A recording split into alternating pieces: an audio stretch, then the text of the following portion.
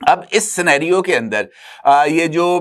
بنگلہ دیش ہے وہاں پر جو امریکن اسپیشل فورسز کا کمانڈر ہے جس کا نام بتایا جاتا ہے ٹیرنس ایرویل جیکسن، اس کی پراسرار ہلاکت کے تانے بانے بھی جا کر اسی مبینہ قتل کی سازش کے ساتھ جڑتے ہوئے نظر آ رہے ہیں، اور انڈین سوشل میڈیا پر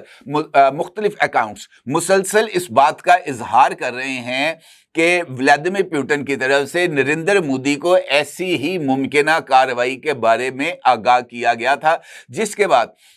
را کی طرف سے مبینہ طور پر یہ آپریشن کیا گیا، اور اس آپریشن کے تحت اس امریکی افسر کو جو کہ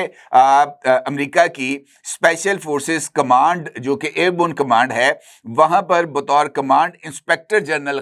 خدمات سر انجام دے رہا تھا، اس کو ڈھاکہ کے high end hotel the Westin Dhaka کے کمرہ نمبر 808 میں اس کو ہلاک کیا گیا، اور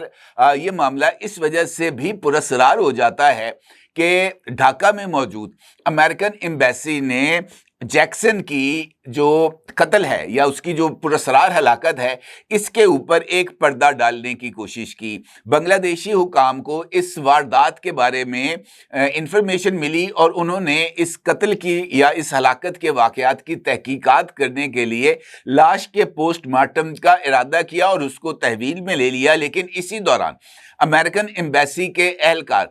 جائے وقوع پر پہنچے، انہوں نے لاش کو قبضے میں لیا، اس کا جو سامان اس ہوٹل کے روم نمبر 808 میں موجود تھا اس کو بھی قبضے میں لیا گیا، اور فوری طور پر لاش اور جیکسن کے سامان کو امریکہ ٹرانسپورٹ کر دیا گیا، جس کے بعد اس ساری صورتحال پر بہت زیادہ سوالات اٹھتے ہوئے نظر آ رہے ہیں، اور اس معاملے کو جوڑا جا رہا ہے امریکہ کی طرف سے یا کسی اور ملک کی طرف سے مبینہ طور پر جیکسن کو مودی کے خلاف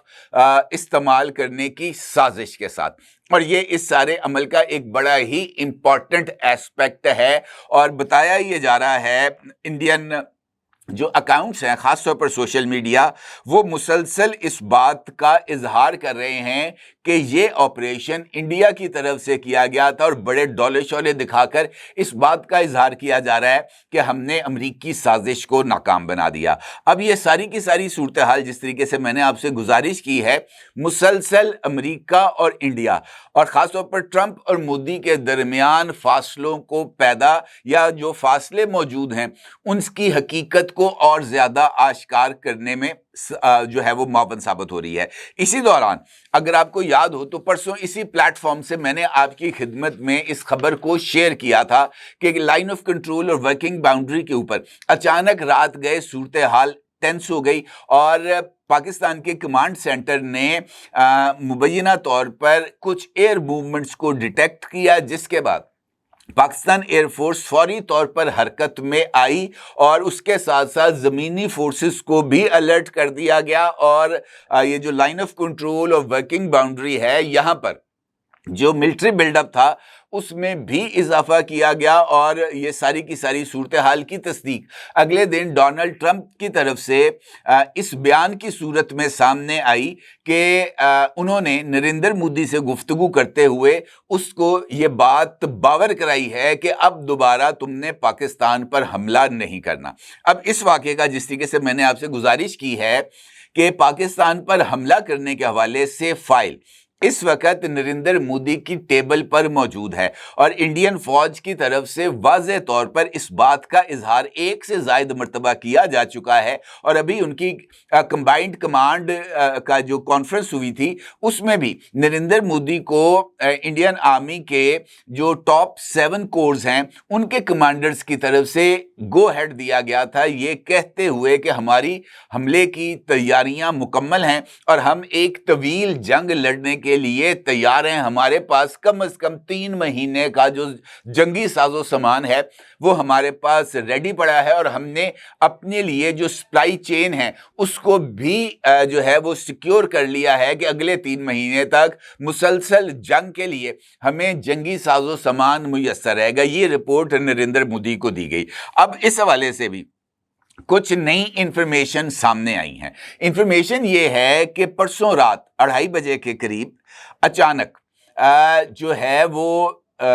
پاکستان کا جو کمانڈ سینٹر ہے، نیشنل کمانڈ سینٹر، جو کہ 24/7 کام کرتا ہے، وہاں پر اس موومنٹ کو ریکارڈ کیا گیا۔ بتایا گیا کہ 2:30 بجے کے قریب 30 کے قریب انڈین جنگی جہاز اتراکھنڈ کی ایئر بیس سے انہوں نے پرواز کی ہے اور وہ پاکستان کی طرف آ رہے ہیں۔ اس اطلاع کے ملنے کے بعد پاکستان کے JF-17 تھنڈر طیارے جو ہیں وہ فضا میں بلند ہوئے اور اس کے بعد پاکستان کی طرف سے اگریسو فلائنگ کی گئی لائن آف کنٹرول اور ورکنگ باؤنڈری کے ساتھ ساتھ۔ پھر اس کے ساتھ ساتھ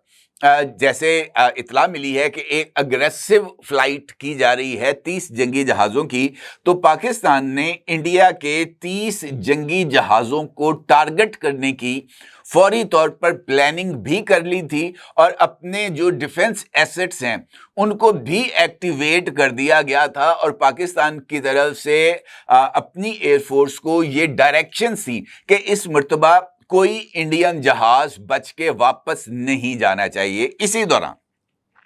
سیٹلائٹس نے یہ جو موومنٹ ہے اس کو ریکارڈ کیا، اور بتایا یہ جاتا ہے اہم ترین جو ڈیفنس سورسز ہیں کہ امریکن سیٹلائٹس نے یہ جو موومنٹ ہے اس کو ریکارڈ کیا۔ فوری طور پر پینٹاگن کو آگاہ کیا گیا، پینٹاگن کی طرف سے وائٹ ہاؤس کے ساتھ اس انفارمیشن کو شیئر کیا گیا، اور پھر پینٹاگن نے اس موومنٹ کے بارے میں گورنمنٹ آف پاکستان کو یا پاکستان کی ملٹری کو آگاہ کیا، اور ان کو اس موومنٹ کے سیٹلائٹ ایویڈنس بھی پرووائڈ کیے کہ یہ ہمارے پاس ایویڈنس ہے، اور اس بات کے امکانات پائے جا رہے ہیں کہ آج کی رات کسی بھی وقت پاکستان پر حملہ کیا جا سکتا ہے۔ اور اس کے بعد یقینی طور پر پاکستان کی طرف سے بھی سیکیورٹی کو بیف اپ کیا گیا، مکمل طور پر ہائی الرٹ بلکہ ریڈ الرٹ کا سگنل دیا گیا، مکمل طور پر جو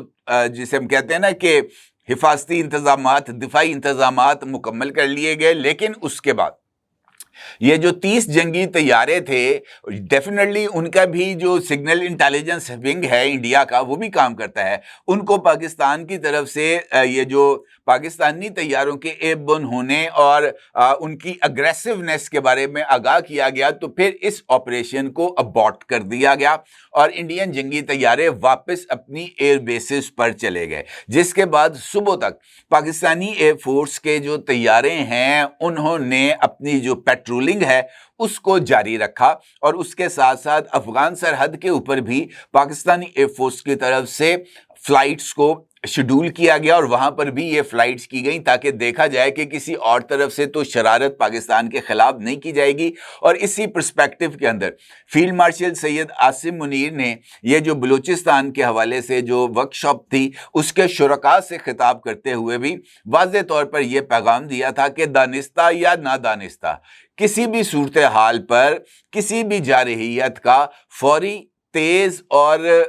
جسے ہم کہہ سکتے ہیں کہ خطرناک رد عمل پاکستان کی طرف سے دیا جائے گا۔ اس بیک گراؤنڈ کے اندر اگر اب آپ ڈونلڈ ٹرمپ کا دیوالی کے اوپر نریندر مودی کو فون، اور اس فون میں یہ بات کو کلیئر کٹ کنوے کرنا کہ پاکستان پر اٹیک نہیں کرنا، یہ انفیکٹ اس بات کی طرف اشارہ کرتا ہے کہ ڈیجیٹل پروفز ڈونلڈ ٹرمپ کے پاس اس ساری ایکٹیویٹی کے موجود تھے، اور انہی پروفز کی بنیاد کے اوپر ڈونلڈ ٹرمپ کی طرف سے یہ انتباہ Indian prime minister Narendra Modi کو دیا گیا۔ اب اس ساری سٹوری کو اگر ہم ایک آرڈر میں رکھ کر دیکھیں تو ہمارے سامنے تمام کی تمام پکچر کلیئر ہو جاتی ہے۔ آسیان اجلاس میں نہ جانے کا مطلب یہ ہے کہ نریندر مودی ٹرمپ کا سامنا کرنے سے کترا رہے ہیں۔ ڈھاکہ کے اندر روم نمبر 808 کے اندر جو امریکن اسپیشل سروسز فورس کے کمانڈر کو جس کی پراسرار ہلاکت یا قتل ہوا، اس میں انڈیا کی طرف سے اس بات کا اظہار کرنا کہ یہ بندہ نریندر مودی کو اٹیک کرنے کے لیے بنگلہ دیش آیا تھا، یہ ایک اور ریڈ فلیگ بنتا ہے امریکہ اور انڈیا کے ریلیشنز کے دوران۔ اور اسی طرح پاکستان کے خلاف ممکنہ طور پر کارروائی میں امریکہ کا حرکت میں آنا، پاکستان کو آگاہ کرنا، اور